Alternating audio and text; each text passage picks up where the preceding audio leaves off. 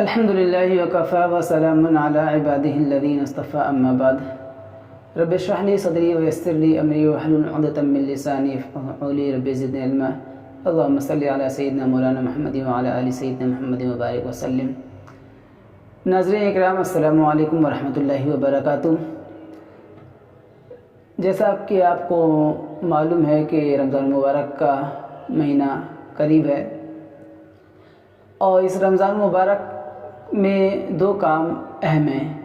ایک تو دن کے روزے رکھنا اور دوسرے رات کو تراویح پڑھنا۔ روزے رکھنا فرض ہے اور تراویح پڑھنا یہ نفل یعنی سنت ہے، لیکن بہت اہم کام ہے۔ یہ اس مہینے کا حق ہے، اس مہینے کی فضیلت کے تحت جو ہے اس کے روزے فرض کیے گئے ہیں۔ تو دن کے اوقات کی اہمیت کی قدردانی کے لیے روزہ فرض ہے، اور رات کے وقت کی قدردانی کے لیے تراویح رکھی گئی ہے۔ ہم سب کو اس میں روزہ رکھنا ہے، کوشش کرنی ہے کہ آدمی ہر ایک روزہ رکھے۔ اس سے پہلے کچھ چیزیں ہیں جس کو ہمیں جو ہے معلوم ہونا چاہیے اور اس کو سمجھ لینا چاہیے، اس لیے کہ بعض لوگ ایسے ہوتے ہیں جنہیں کوئی ایسی شرعی مجبوری نہیں ہوتی ہے۔ مثال کے طور پر انہیں آنکھ میں دوا ڈالنی ہے یا انہیں انجیکشن لگانا ہے، تو وہ روزہ نہیں رکھتے، سوچتے ہیں کہ روزہ ٹوٹ جائے گا، حالانکہ ایسا نہیں ہے۔ ہم اسی طرح کے کچھ عام غلط فہمیوں کے بارے میں اس ویڈیو میں تذکرہ کریں گے۔ باقی ڈیٹیلز اور بہت سارے مسائل وہ ہمارے اسی چینل کے جو دین اسلام 518 کے نام سے چینل ہے، اس چینل میں پچھلے سال آڈیو کلپ جو ریکارڈ کی گئی تھی، وہ رمضان کے احکام کے اعتبار سے جو ہے تراویح کے مسائل اور روزے کے مسائل اس میں ذکر کیے گئے ہیں۔ آپ حضرات جو ہے اسے ضرور سن لیں۔ سب سے پہلے تو یہ بات میں کہنا چاہوں گا کہ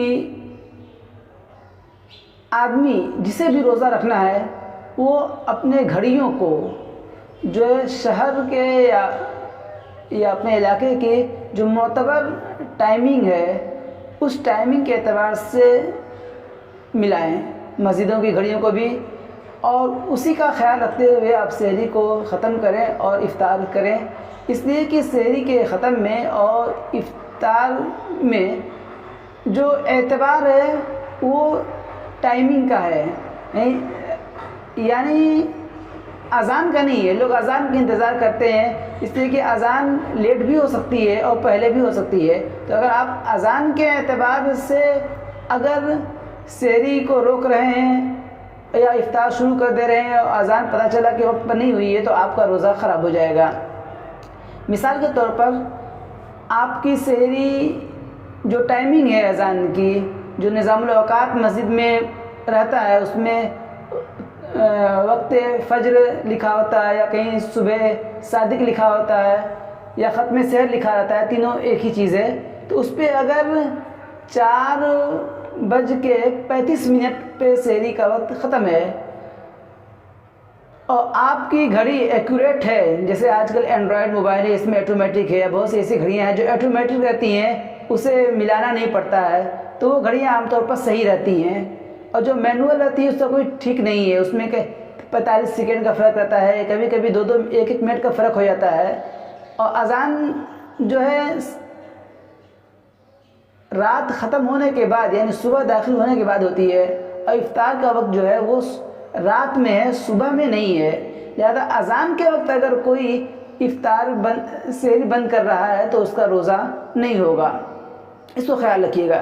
اس لیے آپ ٹائم ٹیبل بھی بعض مسجدوں میں جو ہے رمضان میں، خاص طور پر رمضان کے مہینے کا ٹائم ٹیبل جو ہے لوگ تقسیم کرتے ہیں، اس کو دیکھیں پہلے، اس کو دیکھنے کے بعد اپنی گھڑیوں کو ملائیں۔ اگر موبائل آپ کے پاس اینڈرائڈ ہے تو اس گھڑی کا اعتبار کر لیں۔ باقی اگر ہاتھ والی گھڑی ہے اور یا چھوٹی موبائل ہے تو اس گھڑی کو آپ دیکھیں کہ آپ کی گھڑی صحیح ہے، اسٹیشن کی گھڑی سے، ڈاکخانے کی گھڑی سے یا اینڈرائڈ موبائل کی گھڑی سے جس میں کمپاس وغیرہ اچھا ہو، تو پھر اس کا اعتبار کیا جائے گا، ورنہ نہیں کیا جائے گا۔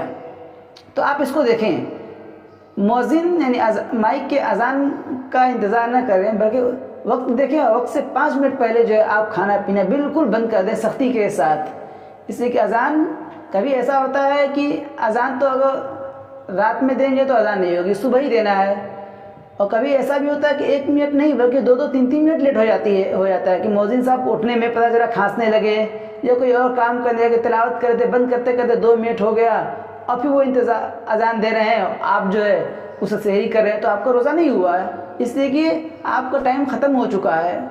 اس لیے وقت کو دیکھیں، آپ اپنا ٹائم دیکھیں، اس اعتبار سے جو ہے سحری کو بند کریں۔ مؤذن کے اذان کا کوئی اعتبار سحری میں نہیں ہے۔ اسی طریقے سے افطار میں بھی آپ ٹائم دیکھیں اور ٹائم دیکھ کر 1 2 منٹ کے بعد ہی جو ہے افطار کریں۔ اگر آپ مؤذن نے اپنی گھڑی کے اعتبار سے، ان کی گھڑی مثال کے طور پر تیز آگے تھی 2 منٹ، اس گھڑی کے اعتبار سے اذان دے دی اور اصل میں ٹائم ہوا نہیں تھا اور آپ نے افطار شروع کر دیا، تو آپ کا اس دن کا روزہ خراب ہو گیا، آپ کو قضا کرنی پڑے گی۔ اس لیے اپنے ٹائمنگ کا بہت خیال رکھیں۔ اس میں دوسری چیزیں، بعض لوگ روزہ نہیں رکھتے ہیں، وہ کہتے ہیں کہ مجھے آنکھ میں دوا ڈالنی پڑتی ہے تو اس لیے روزہ نہیں رکھتے، تو یاد رکھنا چاہیے کہ آنکھ میں دوا ڈالنے سے روزے پر کوئی اثر نہیں پڑتا۔ آپ روزہ رکھ کے بھی آنکھ میں دوا ڈال سکتے ہیں، آنکھ میں دوا ڈالنے سے روزہ نہیں ٹوٹتا۔ اسی طریقے سے بعض لوگ سوچتے ہیں کہ سحری کھانا بہت ضروری ہے، برکت والا تو ہے، سنت بھی ہے، لیکن ضروری نہیں ہے۔ اگر آپ کبھی آپ کی نیند نہ کھلے تو ایسا نہیں کہ آپ کا روزہ نہیں ہوا، بلکہ اگر آپ نے سحری نہیں کھائی ہے اور نیند کھلی ہے، آپ کی 7 بجے کھل رہی ہے یا 6 بجے کھل رہی ہے، تو بھی آپ کا روزہ ہو گیا۔ آپ نیت کر لیں، آپ کا روزہ مان لیا جائے گا، سحری آپ کھائے ہوں یا نہ کھائے ہوں، سحری کھانا روزے کے لیے ضروری نہیں ہے، اس لیے آپ روزہ بالکل نہ چھوڑیں۔